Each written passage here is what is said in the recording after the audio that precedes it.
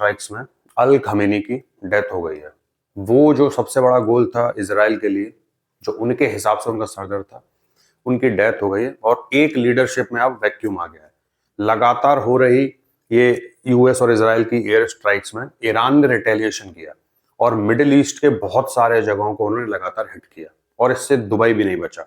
Even Dubai का जो international airport है, बुर्ज खलीफा के आसपास की लोकेशंस हैं, यूएस के जो नेवल बेसिस हैं, उन पे लगातार अटैक हो रहे हैं। अब क्योंकि उनकी डेथ हो गई है तो बहुत सारी जो सिचुएशन है अब ओपन अप हो जाती है। इसमें पहला चैलेंज तो ये आएगा कि उनके अल खमेनी का जो लीडरशिप था उसको रिप्लेस कौन करेगा।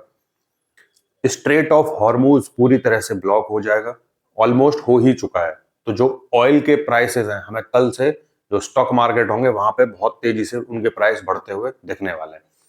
ट्रंप ने इस पे क्या ट्वीट किया है उसको देखेंगे और ईरान में जो वहां के जो न्यूज रीडर हैं जो रो रहे हैं वहां पे, तो बहुत सारी सिचुएशन अब खराब हो रही है। एक एक करके इसको देखते हैं। देखिए, खमेनी की डेथ हो गई है, जो एडवाइजरी काउंसिल है वो बनाई जा रही है और जल्दी ही कोई एक नया लीडर वो लोग इलेक्ट करने वाले हैं। अब क्योंकि ज्यादातर उनके फैमिलीज के लोग मारे गए हैं तो there might be a chance जो काउंसिल है वो उनके जो बेटा है, शायद एक कोई बच गया है, उसको हो सकता है वो बनाएंगे वहां पे। इसके बाद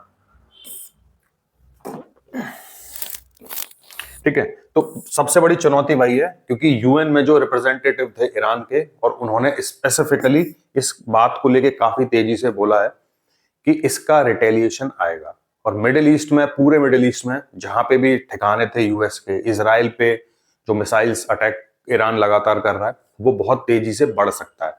अभी उस मोड में नेगोशिएशन टेबल पे आने का कोई चांस बेसिकली नहीं दिख रहा है। अगर हम लोग ट्रंप के ट्वीट पे आए सबसे पहले, क्योंकि वो बहुत इंपॉर्टेंट है। देखो,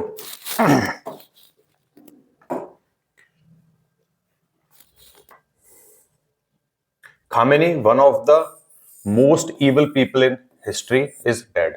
36 इयर्स का रूल था खामेनी का और वो खत्म हो गया। उसके साथ साथ 40 लीडर, कमांडर, ऑलमोस्ट सारी फैमिली, ऑलमोस्ट ये मतलब वाइप आउट जैसी सिचुएशन है इसमें। Not only a justice for the people of Iran, but for all great Americans and those people from many countries throughout the world. ठीक है, that have been killed or mutilated by Khamenei, the gang of bloodthirsty thugs.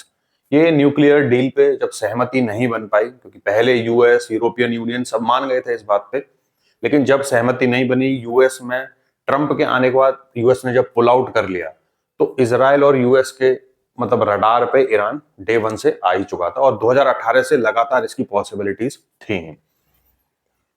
There was not a thing. This is the single greatest chance for the Iranian people to take back their country. अब देखो, जो Trump ने जो onus दिया है वो वहां के लोगों को दिया है और ईरान में बहुत सारी जगहों पे मतलब बहुत सारे लोग सेलिब्रेट करते हुए दिख रहे हैं। इसके अलावा एक पूरा अदर सेक्शन है जो खमेनी की डेथ के बाद मतलब बुरी तरह से परेशान हो चुका है और वो वहां के लोगों में दिखाई भी दे रहा है। तो दो तरह के सेक्शन है, जिसमें एक सेक्शन को डोनाल्ड ट्रंप टारगेट कर रहे हैं कि भाई दिस इज द टाइम, और उन्होंने बोला कि many of there IRGC military other civil people no longer want to fight and are looking from immunity from us. और उनके हिसाब से, ट्रंप के हिसाब से, कि कोई अब लोग लड़ना नहीं चाहते हैं, बहुत सारे मिलिट्री और वो हैं अब जो उनकी लड़ने में दिलचस्पी अब नहीं बची है। Now they can have immunity, later they only get death. मतलब जो आने वाली लीडरशिप है और जो ऑलरेडी लोग हैं वहां पे, उनके लिए एक वार्निंग मैसेज भी है कि जो हुआ तो हुआ, अगर आगे बढ़ गए हम, नेगोशिएशन हमने यहाँ पे नहीं करे तो डेथ समझो। Hopefully the IRGC and police will peacefully merge with the Iranian patriots and work together as a unit to bring back the country to the greatness it deserves. Great word Trump की आदत है हर जगह use करने की। Everybody is a great leader, great country. अगर वो Trump के साथ हाँ में हाँ कर दें, नोबेल पीस प्राइज के लिए नॉमिनेट कर दें, तो ये हो जाता है। The heavy and pin point bombing will continue uninterrupted through the week. ये अभी लगातार चलने वाली है। As long as necessary to achieve object of peace through the Middle East and indeed the world. कि जब तक वो पीस लेके नहीं आते, पीस का मतलब है उनके हिसाब के टर्म्स एंड कंडीशंस नहीं आते, तो ट्रंप का जो और इजराइल का जो अटैक है वो लगातार इस पर चलने ही वाले हैं। देखो, अब जो दूसरा इंपॉर्टेंट चीज है, ऑयल सबसे इंपॉर्टेंट पार्ट है हर चीज में अगर हम इसमें देखें तो देखो, ये वाला जो रीजन है, हाँ ये आप लोगों को दिख रहा होगा कि ये जो रीजन है this is strait of Hormuz region, ठीक है। ये वो रीजन है जहां से एक बल्क ऑफ ऑयल पूरे दुनिया के लिए शिपमेंट्स यहां से होती हैं। अब क्योंकि ये ब्लॉक हो गया है तो अब ऑयल की जो इंटरनेशनल मार्केट में डिमांड है तेजी से राइज करेगी, क्योंकि जो सप्लाई है वो एकदम से रुक जाएगी, एटलीस्ट 20 से 30% के आसपास तक तो रुक ही जाएगी। या फिर लेटेस्ट जब तक ईरान का हमें स्टैंड पता ना चले कि उनकी लीडरशिप अभी क्या करना चाहती है या क्या उसने डिसाइड किया है।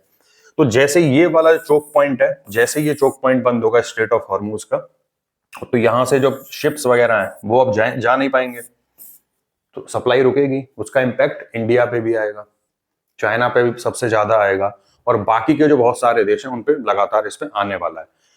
अब इंडिया के पर्सपेक्टिव से, क्योंकि हमें तो इंडिया के पर्सपेक्टिव से जानना है सबसे पहले, तो जो रशियन ऑयल अब तक इंडिया ले पा रहा था और ट्रेड डील में ट्रंप ने बोला कि वो बंद होगा, हम टैरिफ हटा देंगे, ठीक है ना, ट्रेड डील कर लेते हैं, तो वो सिचुएशन ही खत्म हो चुकी है जड़ से। वो सिचुएशन तो फिलहाल बची नहीं है। वो क्यों नहीं बची? क्योंकि वहां के जो सुप्रीम कोर्ट था उसने टैरिफ्स को मतलब इनवैलिड डिक्लेयर कर दिया, तो 15% पूरी दुनिया पे टैरिफ फिलहाल काम कर रहे हैं। या तो यूएस अब सैंक्शन लगाएगा जो रशियन ऑयल खरीदेंगे, ठीक है, अदरवाइज जो इन्फ्लेशन आने वाली है इसकी वजह से उसको कोई कंट्रोल नहीं कर सकता। अब आते हैं इंडिया ने जो चेन्नई व्लादिवोस्तोक रूट तैयार किया था कि जब ये वाली सिचुएशन आएगी, ये जब स्ट्रेट ऑफ हॉर्मुज वाला जो सेक्शन था जब ब्लॉक हो जाएगा तो तेल कहां से आएगा? तो इंडिया ने तरीका निकाला था, ये रशिया का ये जो ईस्टर्न पार्ट है व्लादिवोस्तोक वहां से आएगा, और ये स्ट्रेट ऑफ मलक्का, ये स्ट्रेट ऑफ मलक्का वाली पोजीशन है, स्ट्रेट ऑफ मलक्का, ठीक है, यहां से होते हुए अंडमान के पास से होते हुए आराम से चेन्नई तक पहुंच जाएगा। ये वो ऑल्टरनेटिव रूट था जो इंडिया बहुत लंबे टाइम से तैयार कर रहा था कि अगर कोई सिचुएशन हॉर्मुज वाले जगह पे या मेडिटेरेनियन से ये रेड सी वाले सिचुएशन अगर किसी भी वजह से, क्योंकि ये रीजन बहुत वोलाटाइल किस्म के है, यहाँ पे कभी भी कुछ भी हो सकता है, और यूएस का जो दखल है वो इस पूरे एरिया में लगातार रहता है। तो ऑल्टरनेटिव रूट्स हम कहां से लाएंगे? क्योंकि जब ये रूट बंद हो जाएंगे ये वाले, तो ये एक रूट हमारे पास बच जाता है। अगला पॉइंट है कि क्या यूएस अभी भी बोलेगा कि जो रशिया के ऊपर जो वो पूरे दुनिया पे प्रेशर बना रहा था कि उससे ऑयल नहीं खरीदना है, क्योंकि इससे इन्फ्लेशन एक अलग लेवल पे जाएगा और यहां पे रुकने का कोई फायदा नहीं है, क्योंकि अभी 55 से 60, मतलब यहां पे देखते हैं 55 से 60 बैरल के आसपास बिक रहा है, डॉलर के आसपास का तेल। अगर यही सिचुएशन रही ऑयल को, अगर यूएस उस पे रहेगा तो 80-90 डॉलर तक जाने में मतलब विद इन फ्यू डेज ये सिचुएशन बन सकती है।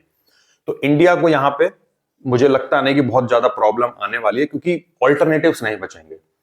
कनाडा के पीएम कार्नी जो है वो इंडिया में आए हुए हैं, तो इंडिया वहां से भी, क्योंकि इंडिया लगभग 40 से ज्यादा देशों से ऑयल ले रहा है, उसको इंडिया ने एक सही तरीके से डाइवर्सिफाई किया है।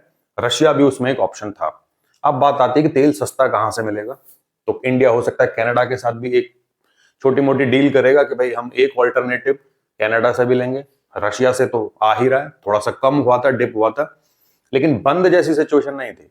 और इंडिया की जो रिफाइनिंग कैपेसिटी है वो अच्छी खासी है। हो सकता है कि मतलब we are importing a lot of oil and exporting to other countries. वो इसलिए क्योंकि ये जो हॉर्मुज वाला रीजन है वो सिचुएशन खराब होने की वजह से ऐसा होगा। तो ये सारे चोक पॉइंट्स हैं, इकोनॉमी के लेवल पे ये चेंजेस अभी आने वाले हैं। खामेनी की डेथ के बाद ईरान के पास अब ऑप्शन ये है कि उनकी अगली जो लीडरशिप आने वाली है वो डिसाइड क्या करती है। वो ये डिसाइड करेगी कि हमें अभी रिटेलिएशन में जाना है, या वो अभी बाउ डाउन नहीं करेंगे, या फिर यूएस के साथ नेगोशिएशन टेबल पे बैठेंगे। उनका जो न्यूक्लियर प्रोग्राम है उसमें बोलेंगे कि हाँ, मतलब उसे वो बैक बर्नर पे रखने को तैयार है। क्योंकि कल जिस हिसाब से रिटेलिएशन हुआ मिडिल ईस्ट में, बहुत सारी जगहों पे उसने बहुत ही कायदे से, मतलब नेवल बेसिस पूरा मिडिल ईस्ट, चाहे वो यूएई हो, दुबई हो, बहरीन हो, नेवल बेसिस हो, सबको कायदे से ठिकाने उसने लगाया। तो इट गॉट सम कैपेबिलिटी। लेकिन अब उनके जो सुप्रीम लीडर खमेनी के बाद से क्या सिचुएशन होती है वो देखना होगा। और कोई भी अपडेट इस वीडियो पे आएगा, हम वीडियो लेके आते रहेंगे। लाइक शेयर सब्सक्राइब हमें जरूर कर लें।